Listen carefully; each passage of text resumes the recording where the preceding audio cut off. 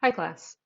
In Chapter 3, we're going to take a break from some of the theory that we've been doing about, the types of equations and how to solve them and whether or not they have solutions and all that sort of thing. And we're going to take a little bit more of a practical view and consider how to build a mathematical model. And so the main purpose behind studying differential equations is so that we can use them to describe things that happen in the physical world. And building a model is the first step of that. So if you can say, here's this physical process that's happening, and if you can represent it as a mathematical equation, then you can solve the equation and then turn that back to understanding what's going to happen with the physical process. And so the act of doing that is referred to as mathematical modeling. And we're going to look at a couple different sections here. So I've chosen to cover 3.2 and 3.4 in this class. 3.3 is also interesting. I just sort of don't feel like going over all of the different examples. But if this is interesting to you, I do recommend reading through the other sections that I'm not covering from this chapter. All right, so this video is about section 3.2, which is on compartmental analysis, which is basically looking at a system stage by stage and seeing what's happening at each part of it and understanding the equation for each part and putting it together. So the first thing is to think about what is the thing that you want to know about. So let's think about a function x of t, which represents the amount of a substance somewhere in a compartment, wherever, at a particular time. So how is that amount going to change over time? That's what you need to know in order to be able to say what x is at any particular time. So we can think about what that derivative is going to be. So dx dt is going to change at the rate that that amount is being added to, which would be the input rate, minus however much you might be losing from that. So if you are trying to model an amount of a substance, you need to know how much is going into your system and how much is going out. Okay, that's pretty simple. So let's just do a couple of examples and think about how to model that.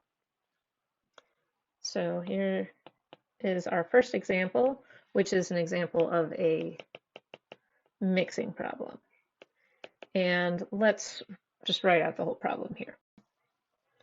All right, here's our problem. We have a large tank that has 1,000 liters of pure water in it, and you're pouring a salt solution in at the rate of 6 liters per minute.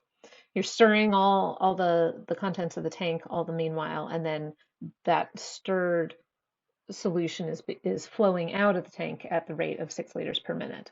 Okay, so if the salt solution that you're pouring into the tank is 0.1 kilograms per liter, then we want to know when the concentration of salt will reach in the whole tank will reach 0.05 kilograms per liter.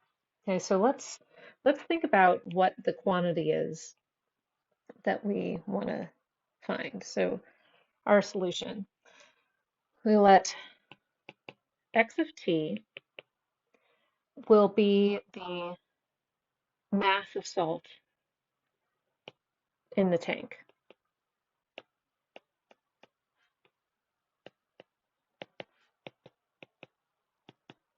At time t.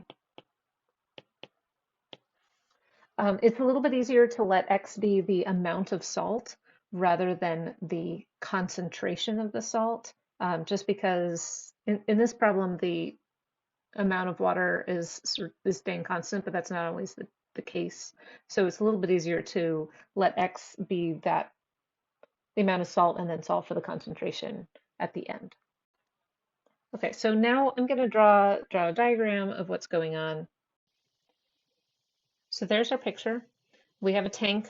We've got stuff going in at 6 liters per minute at a particular concentration, and then we have water going out at 6 liters per minute as well.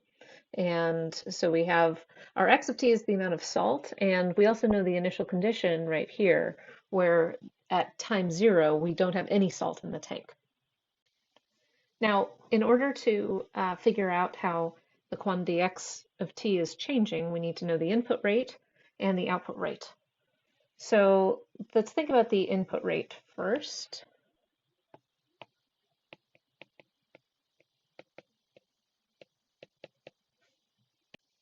So we have a salt solution going into the tank at 6 liters per minute, and that solution is 0.1 kilograms per liter. And this is going to equal 0.6 kilograms per minute.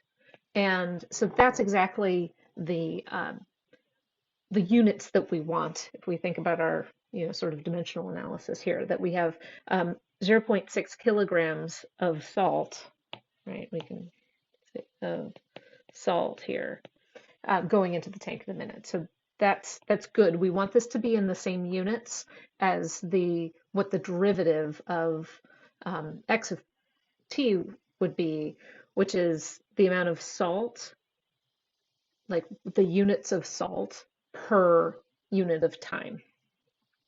So we have units of salt per units of time, right? So that's good. That makes sense. Now, what about the output rate?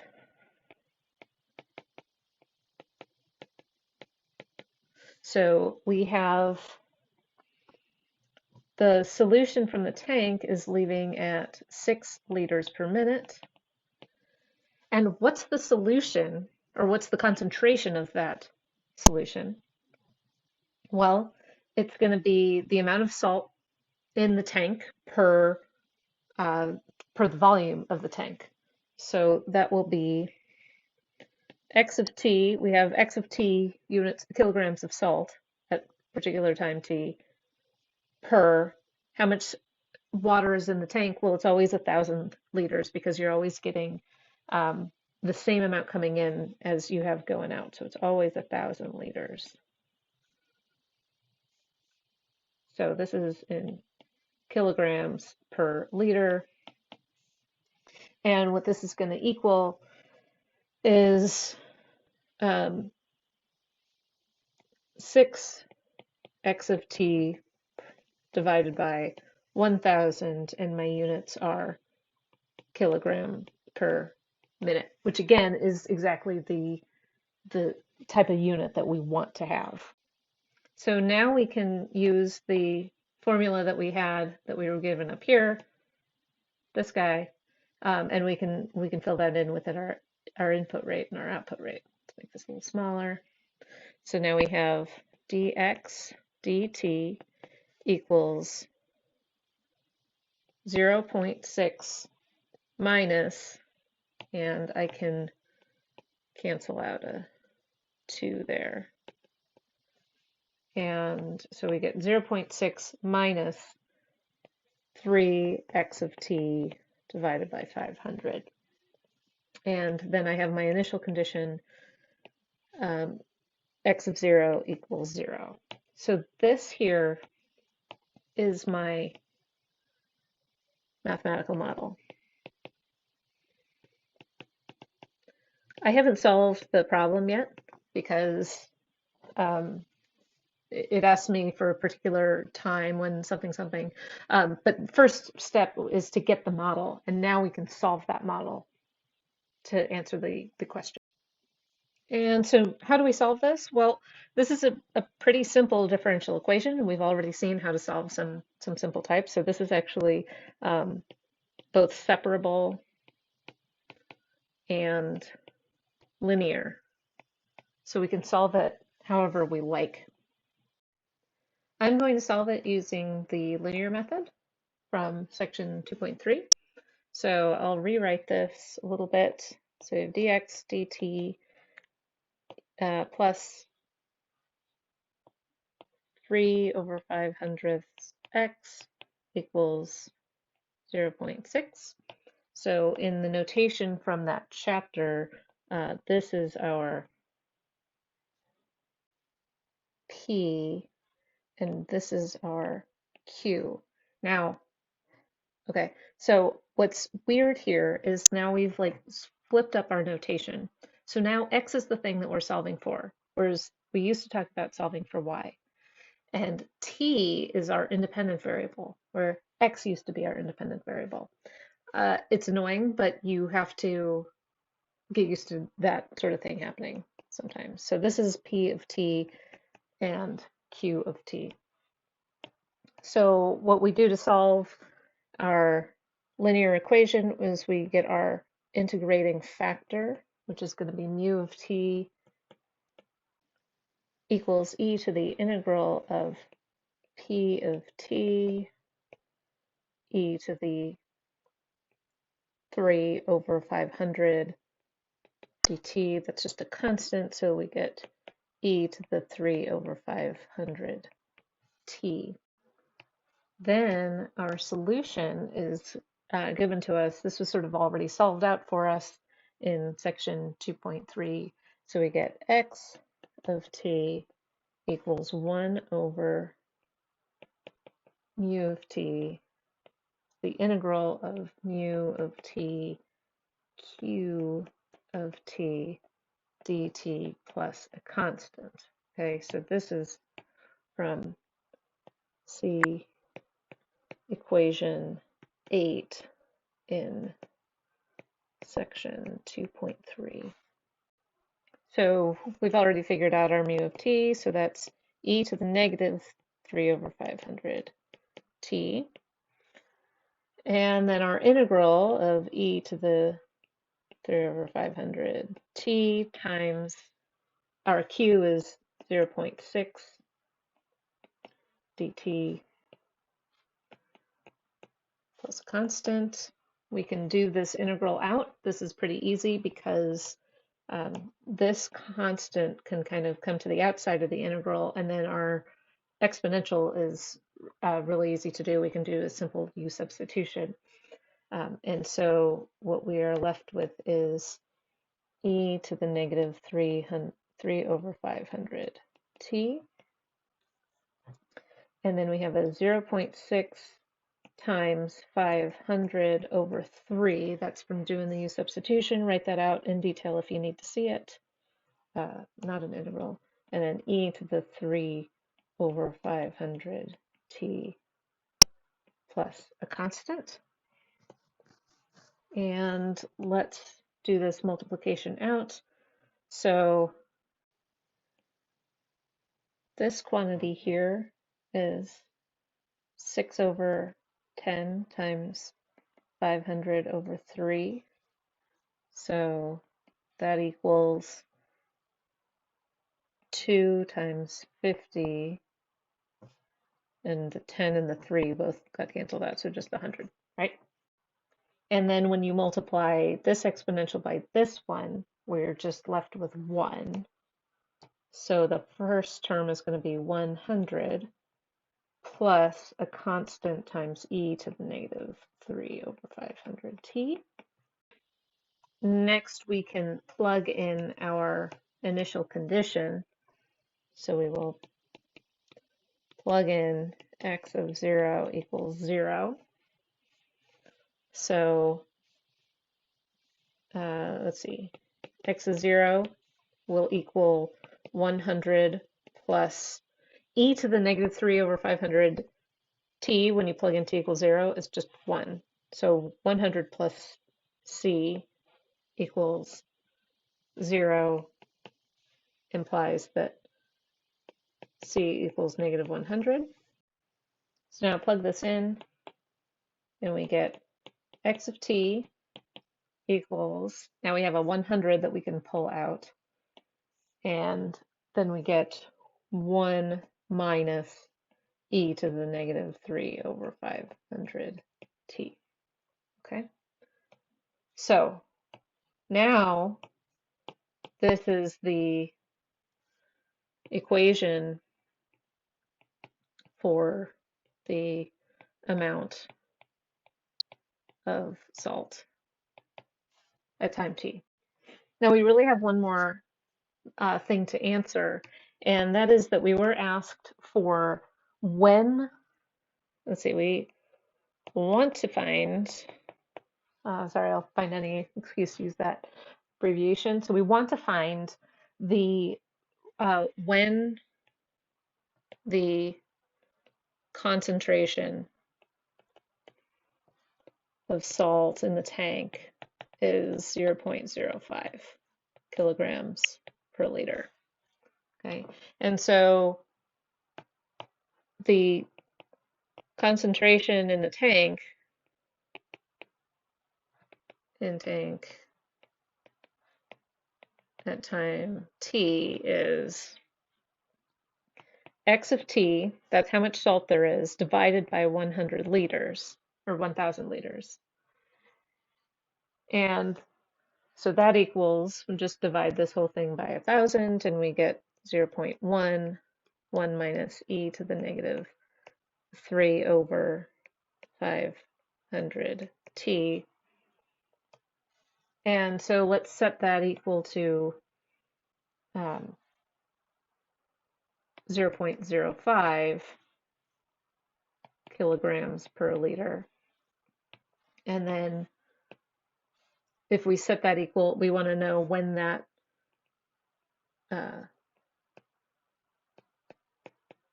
when this holds, and we'll solve for t. So what we just really did is plugged this thing here into, you know, we want to know when the concentration equals 0.05, and that's why we did that equality right there. Okay, so let's solve for t now. So we can, you know, this is equal to 1 over 10, so let's multiply the whole thing by 10, and we get 1 minus e to the blah de blah equals 0.5 kilograms per liter, and then we can add this over and subtract this, and we'll have 0.5 equals e to the negative 3 over 500 t. And then we can take the ln of both sides. So we have the ln of, I'm going to write it as 1/2 equals negative 3 over 500 t. And then so this guy here is equal to the ln, now I'm just doing ln rules for you. Ln of 1 minus the ln of 2, this is 0, so it equals negative ln of 2. And so we've got ln of 2 equals 3 over 500 t, and then we get our answer. So we get t equals 500 ln of 2 over 3. You can plug that into a calculator, and it is about 115 minutes. All right, so we have actually solved the problem. This is what they asked us for in the question. Okay, so I'm going to make one more observation just because I can.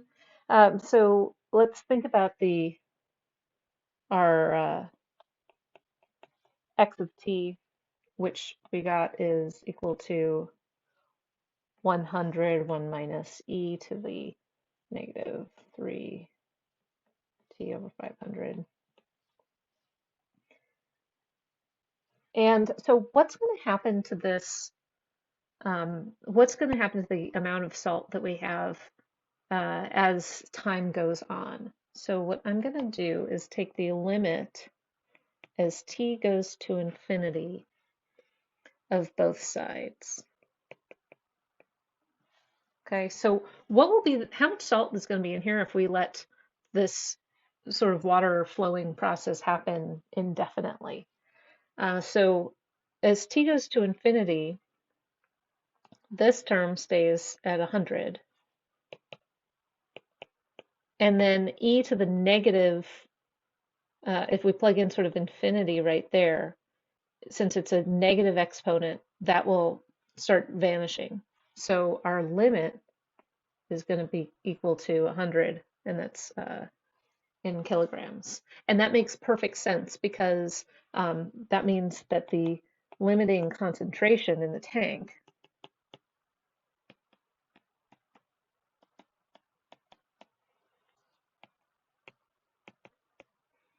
is 100 kilograms over 1,000 liters, which equals 0.1 kilograms per liter, which is the amount that's being poured in, or that's the concentration.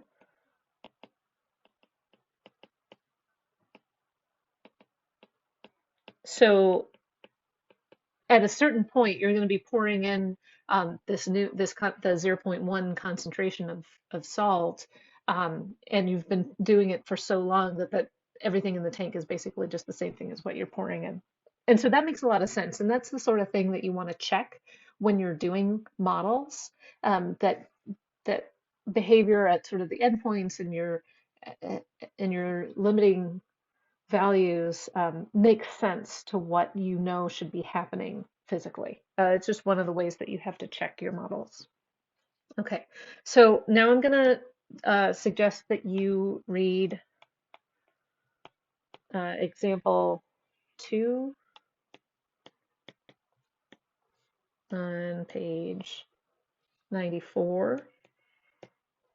So I'm going to suggest that you do this on your own, and this is going to be the same sort of example, but without, um, let's see, it's a non-constant volume in the tank. So then you have to end up doing things a little bit differently, and you're going to see some homework problems like that. So just go ahead and read through that example in the book, and you'll see how to do things a little bit differently. Next, we're going to do a different type of example where we're considering population models. So now the quantity of stuff, like in our last example, we were modeling the volume of salt in a tank. Now the quantity of stuff is population. So first, let's consider bacteria growth, where you have cells dividing, but you don't have any decay, you don't have any death. Okay, so we have P of t is representing the population at time t, and you have a population that grows by a particular rate, which is proportional to the population. So let's say that rate is, let's say our growth rate is K1, which means that one cell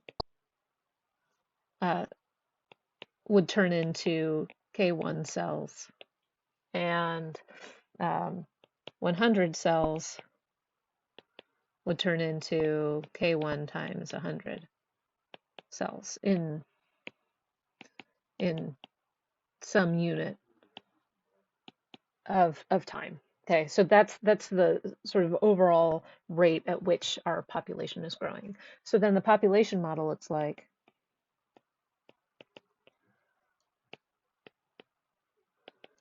same thing that we had in the last example where we had input rate minus output rate. So our P1 prime is just going to be, we don't have an output rate, but we do have an input rate. So it's K1 times the size of our population. That's the rate at which our population is increasing. And then we have an initial condition. P at 0 is some initial population size. So to write that down, this K1 is our growth rate or proportionality constant. it's a constant is the key thing. And this P naught is our initial population. So now let's make this a little bit more complex and think about how we would model human growth.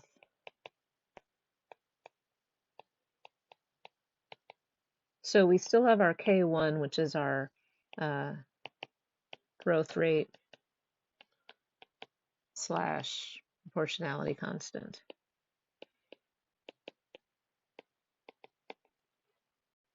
But we also need a death rate. So let's say that's K2 is our death rate.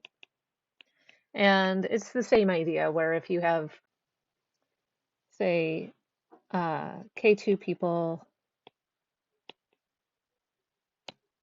die out of 100, if you have a population of 100 and you expect in some unit of time for K2 of them to die, then if you actually have, 10,000, then you expect 100 times K2 people to die out of that, like a proportionately larger. And that's basically assuming that you only have, death by natural causes or something like that, where the amount of death is like uniform throughout the population. So then we get our input rate minus our output rate. So P prime of T equals input rate is K1 times P minus the output rate, K2 times P. And of course we can simplify this, K1 minus K2 times P. And if we rewrite this as just this K1 minus K2 is just a single constant, then we can write this as Kp. So it's still, it looks like the same model, except that now we're including the information from our both birth rate and our death rate. Okay, so if K1 is greater than K2, that is, we have more people being born than are dying, then we have K will be positive, and then we have what's called exponential growth.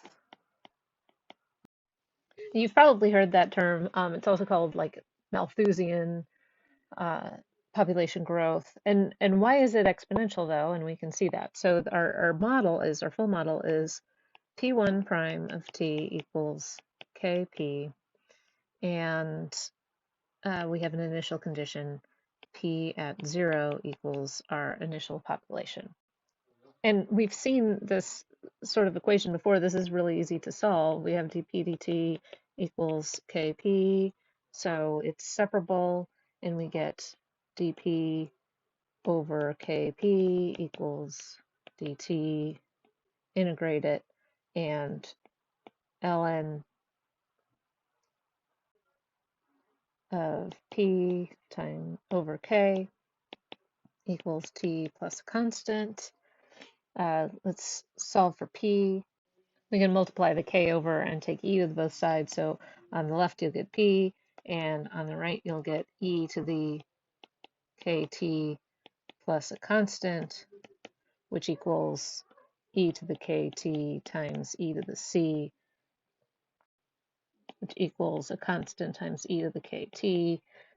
We will plug in p at 0 equals p naught, and that gives us that p at 0 equals c equals p naught, and then that gives us our final model, p of t equals p naught e to the kt. So that is exactly why this is called an exponential model, because when you solve it out, it's an exponential function. So you have probably seen models like this when you like first learned about exponential functions. So if you have two data points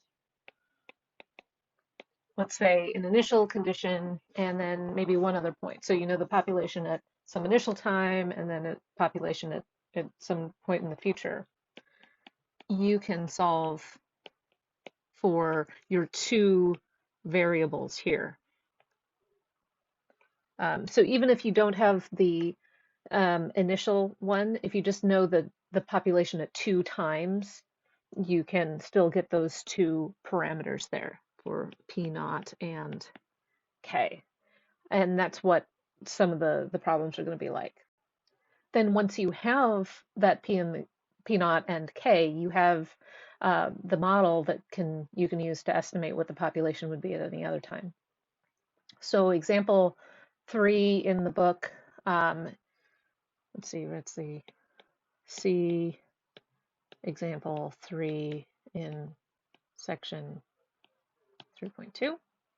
And they're using census data for the US population. So they get that model out and then compare it to the real data and show that the model is only kind of so-so. So why are there weaknesses in it? Well, we didn't really do a lot of work putting this model together, right? The proportional death rate is maybe a little bit suspect. So we said that if you have K people die out of a population of 10, then if you multiply the population by 1,000,000, then you'll get 1,000,000 more deaths. But actually, you know, if you have let's say a population living in a small, peaceful village that has however many deaths from natural causes, you would expect more deaths in a large, densely populated area where you have more interactions between people and more murders, more accidents, everything like that. So let's think about how we can improve this model. And in particular, we're going to try to improve the death rate. So we want to make the death rate proportional to the number of, so not proportional to the number of people, but proportional to the number of like two-party interactions. So how many people are going to be interacting with each other? So proportional to P times P minus 1 over 2, which is the number of pairs of people that you have in the population. And so this is called a logistic model. And now it's going to look like P prime is going to be, we haven't made any changes to the birth rate. So we have our K1P is our input rate minus some new K, K3, times, instead of being multiplied by the population, it's multiplied by this number of two-party interactions. And we can sort of simplify this in combined terms and everything and write this like, and this is just the way that we're going to write it, A times P minus P1, and we still have our initial condition. And this A and the P1 are constants that we get just by rearranging everything. So this is K3 over 2, and then P1 is going to equal 2K1 over K3 plus 1. And we can solve this. We know how to solve it. I'm not going to solve it though because I don't want to. This video is getting pretty long anyway. So P of t equals P naught times P1 over P naught plus P1 minus P naught e to the negative a P1 t. And so how did we do this? We can solve this with method of separable equations plus the integral table. There is a sort of complicated integral. We ended up with an integral of 1 over p times p minus 1. And that's just one of those integrals that you can look up in the back of the book. So you can always do that if you are stuck on an integral when you're doing homework. And then so we do it basically the same way we did before, and you plug in your initial condition and you get this solution here. Now notice that this has 3 parameters, P naught, P1, and A. And those can be found by if you have 3 data points. So remember in our last model, we had 2 parameters, and if we had 2 actual data points, we could get those parameters. This one would take 3 data points, although the book goes through a slightly more sophisticated way of estimating the parameters here. So that's really all that I'm going to cover in this section. And I guess I'll point out too that as we try to improve this model, we got a much more disgusting looking function, and things get harder to do because you expect that. The closer you get to including all the complexities of real life, the harder the math gets, and that's just kind of the nature of doing everything.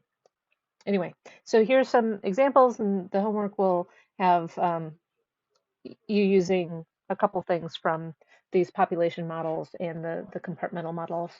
And in our next video, we'll see some other examples of modeling different types of situations.